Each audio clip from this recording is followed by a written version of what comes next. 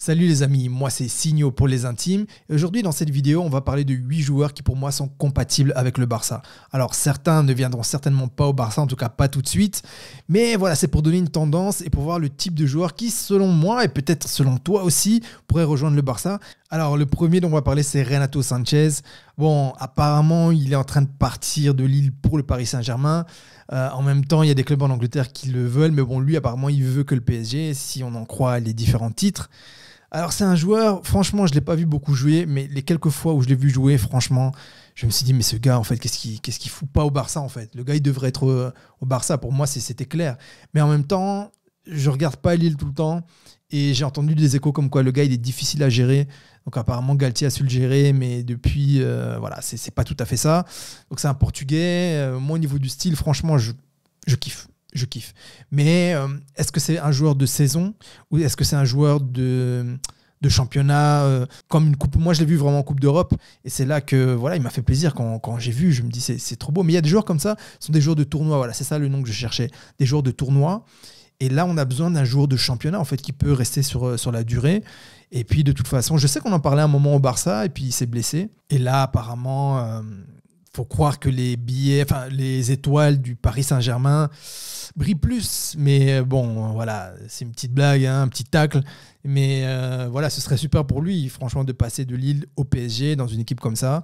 Mais voilà, est-ce qu'il va avoir les épaules? En tout cas, moi, c'est un joueur que je gérerais bien au Barça, et c'est le genre de joueur que j'aimerais bien, tant que ça peut être un joueur qui peut rester sur la durée et que ce soit pas juste un joueur de tournoi. Donc, je sais pas, est-ce que tu connais un joueur qui te fait penser au niveau du style à Renato Sanchez, mais qui est constant et qui a moins de 30 ans et qui ne vaut pas 200 millions. Si tu connais, dis-moi dans les commentaires, ça m'intéresse. Next, Raheem Sterling. Alors lui aussi, un petit attaquant de poche, franchement. Donc là, je vois que, bon, apparemment, il part vers Chelsea. Et moi, les chiffres que j'ai lus, c'est qu'il pourrait partir pour 52 millions d'euros. Donc là, je me pose la question. On veut prendre Rafinha à 65-70 millions d'euros. Je ne dis pas qu'il n'est pas bon, hein. Je dis juste que Rafinha, voilà, il vient de Leeds. Leeds a failli descendre. Ça s'est joué sur un match. Ils ont pu se sauver.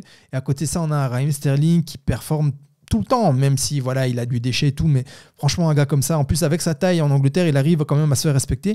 T'imagines, il arrive en Liga, mais moi je pense qu'il peut dominer. Et puis c'est un gars, il peut jouer dans les petits espaces, il est rapide. Franchement, moi je l'imagine trop au Barça. Si on ne sait pas si Dembélé reste, il part. Et puis même s'il reste, une bonne concurrence, là, un joueur qui peut vraiment donner la concurrence. Moi, franchement, Sterling, j'aime bien. Je ne dis pas qu'il ne faut pas faire Rafinha. Je dis que s'il faut acheter Rafinha pour 60-70 millions d'euros et qu'on pouvait avoir Sterling pour 52 millions d'euros, bah moi, franchement, ça me plaît bien. Maintenant, est-ce que lui, ça l'intéresse d'aller au Barça? Ça, c'est une autre question. Ce n'est pas le but de la vidéo, hein. Donc, toi, quand tu as vu, tu as cliqué, tu as vu 8 joueurs compatibles. Est-ce qu'on t'a dit seulement que le gars, il voulait jouer au Barça? En tout cas, mais quelle insolence! Donc, je sais pas, t'en penses quoi? T'aimerais le voir au Barça? En tout cas, ce type de joueur-là, voilà, pour moi, c'est un profil qui est pas commun parce qu'en première ligue, voilà, t'as beaucoup de grands tout droits. Et puis des petits joueurs comme ça techniques, souvent ils viennent d'Amérique du Sud, mais un Anglais qui a ce format de poche-là et qui est efficace comme ça, franchement, moi, j'aurais bien aimé au Barça. Après, les Anglais, en dehors de la Première Ligue, ça ne réussit pas toujours. Mais voilà, pour moi, ça aurait valu le coup d'essayer. Next, Christopher Nkunku. Alors, la saison passée, il a mis 35 buts, 35 patates avec le RB Leipzig. Je crois que devant lui, avec Lewandowski avec 50 buts et Karim Benzema, je pense. Mais voilà, sinon... ce petit est costaud. Bon, non seulement c'est un petit d'origine congolaise, mais bon, voilà, 24 ans, le gars, il est costaud. Il a été négligé par le PSG, là. On a dit, pars, ça m'a un petit tic à l'aise, pars. Ah, comme un vanipié, comme un petit villageois impoli qu'on jette sa main de la case. Mais maintenant, le gars, il a fait faire taire tout le monde. Donc bon, là, il est arrivé en équipe de France, même s'il n'est pas arrivé dans une bonne période, hein, tout le monde était fatigué. Mais voilà, moi, c'est un joueur, je me dis, j'en ai parlé dans plusieurs vidéos, mais sa clause libératoire, bon, il vient de re-signer, mais sa clause libératoire, c'est 60 millions d'euros. Et bon, elle est activable qu'à partir de l'année prochaine. Mais voilà, 60 millions d'euros, je pense que les clubs vont se jeter dessus. Moi, je ne comprends pas pourquoi on n'a pas essayé avant de récupérer un joueur comme ça.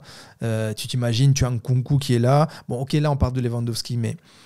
C'est clair que si Lewandowski arrive, c'est compliqué. Mais imagine-toi, tu as un Nkunku et puis tu as Ansu Fati d'un côté, tu as Dembélé de l'autre, ou Rafinha, quoi. Ça va partir dans tous les sens. Donc, c'est peut-être parce que Lewandowski vient qu'ils n'ont pas pensé à le faire, ou peut-être le joueur, je ne sais pas s'il a affiché qu'il voulait jouer dans un club comme le Real ou quoi, parce que ça c'est toujours compliqué aussi quand tu veux venir au Barça. Je ne me souviens pas avoir entendu ça en tout cas. Voilà, moi c'est un joueur qui me plaît vraiment. Et franchement, qui ne voudrait pas avoir un joueur qui te met 35 buts comme ça dans la saison et qui a que 24 ans? 24. Next, Kingsley Coman. Alors bon, lui aussi, je pense que c'est impossible. Hein. Le gars, il est verrouillé là au Bayern. Déjà que on est en train d'essayer de prendre Lewandowski. Ici, maintenant tu viens parler de Coman, c'est la guerre. Mais moi, en fait, pourquoi je vous dis ça? Donc moi, je l'ai vu jouer. Je me souviens, je l'ai vu jouer à l'île de la Réunion. Il jouait un match, alors je sais plus, c'était France Espoir, je crois. C'était le moment où il y avait lui, il y avait quasi la moitié de l'Olympique de Lyonnais, même si lui, à la base, il vient de Paris. Mais dans cette équipe-là, il y avait quoi? Il y avait Ferry, il y avait Umtiti. Voilà, il y avait du costaud. Hein, mais le seul qui a pris le match, je me souviens, c'était un match contre Singapour. Je crois que la France a gagné 6-0, un truc comme ça. Il était partout. Le gars, en fait, je regardais, je vois, il centre d'un côté. Bon, tu tournes la tête 2 secondes, tu prends ton verre. Tu vois, le gars, il est à la réception, il marque. Tu te dis, mais comment il a fait? Franchement, le gars, il m'a impressionné déjà à l'époque.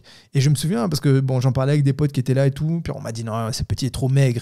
Et moi, je me disais, bon, c'est vrai, il est maigre, mais bon, un peu de foufou et tout, il peut grossir un peu. Bon, même s'il n'a pas grossi. Mais franchement, ce gars, c'est un peu les blessures qui l'handicapent. Le gars, il a loupé des tournois importants avec l'équipe de France. Mais à part ça, quand il joue, le gars il assure. Il faut voir comment il a puni le PSG en finale de Coupe d'Europe. Le gars, là, quand il a marqué, le visage impassible, moi, je revoyais Anelka. Hein. Le gars, il te guillotine. Pas d'émotion. Qui aime bien châtie bien, non? Film la film ou chicote. Et donc Will Smith m'adore, il m'a chicoté, il m'a giflé devant la terre entière à la cérémonie des Oscars. Donc voilà, moi c'est un de mes joueurs préférés. Je rêverais d'avoir Coman au Barça, en tout cas un joueur comme ça, sérieux, appliqué. Bon, s'il pouvait moins se blesser, ce serait bien. Mais franchement, quand tu as une flèche comme ça, qui est encore jeune en fait, hein, tu te dis, mais punaise, imagine quand tu es défenseur, tu vois le gars arriver, tu es fatigué avant même d'avoir commencé le match. Next, Virgil van Dijk ou Van Dijk, tu prononces comme tu veux. Bon, c'est un rock, hein, donc ce gars, bon là, il a 30 ans, pleine force de l'âge. C'est un gars, tu vois, il se gère bien. Enfin, en tout cas, ça a l'air propre hein, quand tu vois. J'ai l'impression qu'il a une bonne hygiène de vie. Après, je sais pas, hein, avec les gens là qui viennent d'Amsterdam, on sait jamais. Hein. Mais bon, tu comprends, quand tu vois ce joueur-là, tu vois Liverpool, franchement, si Liverpool a fonctionné comme ça, c'est quand lui, il est là, quand il est solide. Dès qu'il est parti, tu sens que c'est compliqué. Le gars, avec son 1m93, il est costaud, il relance propre. C'est un gars, il sait utiliser ses pieds pour faire une belle passe. C'est ça qu'on demande aux défenseurs. Hein? C'est simple. Mais bon, simple, mais plus facile à dire qu'à faire. Donc là, on a besoin de joueurs comme ça. Moi, j'imagine seulement Van Dijk, Araujo. Explique-moi comment tu peux passer ça en Europe. Vas-y, explique-moi, j'attends. Moi, j'ai le temps. Hein. Donc, comme je disais, franchement, essayer de battre ces charnières-là, mais moyen T, ce serait impossible en fait. Bon, il y a d'autres charnières qui sont bien, mais moi, ce jour-là, franchement, je kiffe. Et donc là, s'il avait pu arriver maintenant au Barça, remplacer Piqué, vieillissant, voilà, ça aurait été vraiment du solide. C'est avec des joueurs comme ça que tu gagnes une Ligue des Champions. Il n'y a pas que l'attaque, tu as besoin d'une défense qui est bien solide, bien ancrée. Next, Sadio Mané. Alors, avant que tu cries, là, je sais, il vient de signer au Bayern, mais franchement, il a signé pour quoi? Une trentaine de millions d'euros? Enfin, je pense. Hein. Et tu te dis, bon, le gars a 30 ans, est-ce que nous, on ne pouvait pas prendre un joueur comme ça? Donc, tu vois, quand je vois qu'on veut prendre des joueurs aussi, des fois plus âgés, pour plus cher, tu te dis, là, tu avais un top joueur qui, lui, il sait c'est quoi jouer la Ligue des Champions, il a déjà gagné. Tu te dis, voilà, un joueur comme ça, l'expérience qu'il a, franchement, pourquoi on ne l'a pas pris?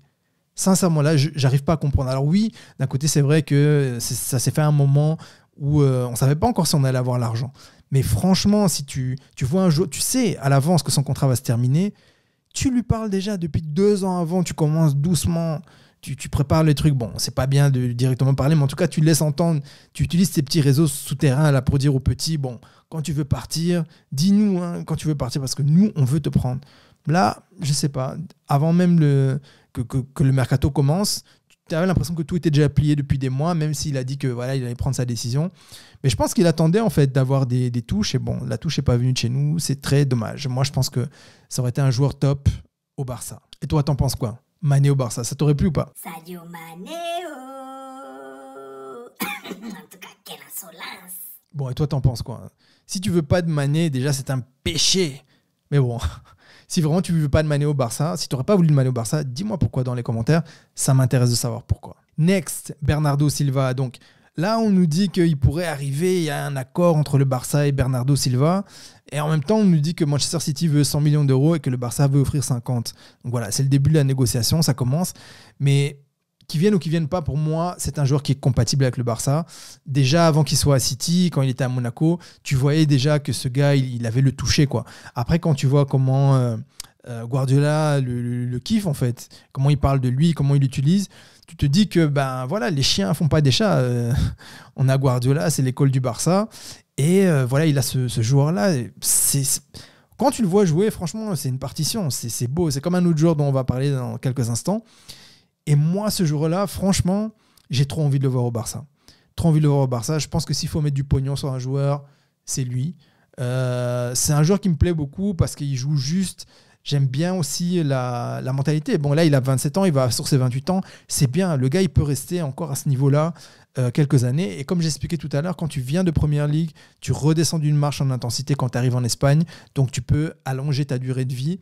Et s'il garde une bonne hygiène de vie, et s'il se plaît au Barça, et bon, le gars est portugais, hein, donc les palmiers, les tantines, bon après je connais pas sa vie, hein, mais voilà, les tapas, bon pas trop, hein.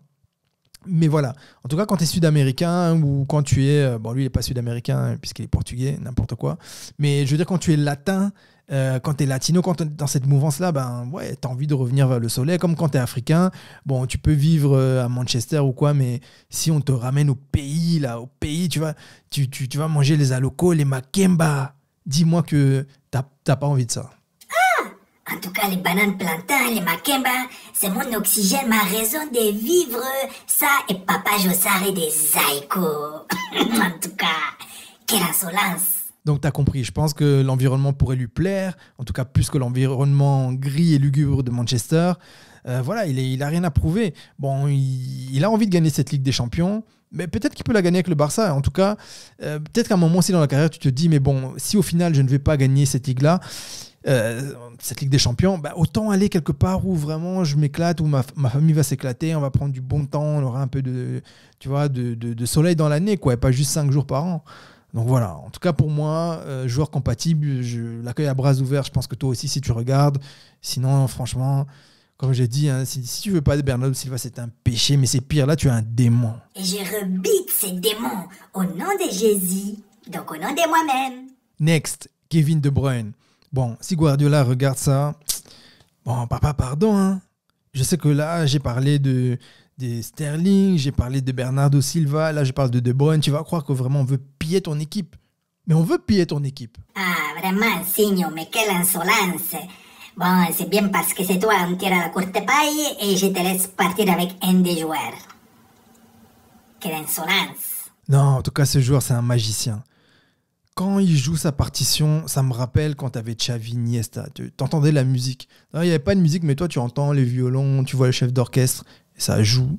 Voilà, comme Hitman. Je ne sais pas si tu as vu le jeu, le film Hitman. Là. Quand le gars il commence, là, le gars il tire, tu as la musique. On dirait un artiste pendant que les gens sont en train de...